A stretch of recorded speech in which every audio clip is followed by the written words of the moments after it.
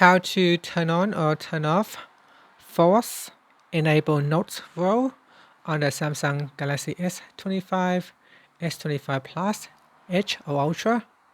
First tap on the home button to return back to the home screen. Then from the home screen, swipe down at the top to open up quick settings. In here, tap on the settings icon. Next, we then scroll down to the bottom and tap on developer options. After that, we scroll down. So continue to scroll down. It is near the bottom.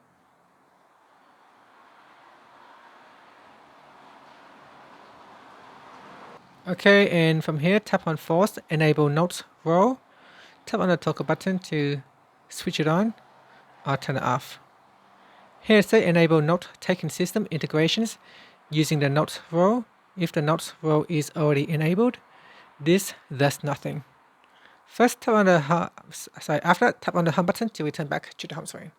Thank you for watching this video. If you found it helpful, please like and subscribe to my channel for more videos.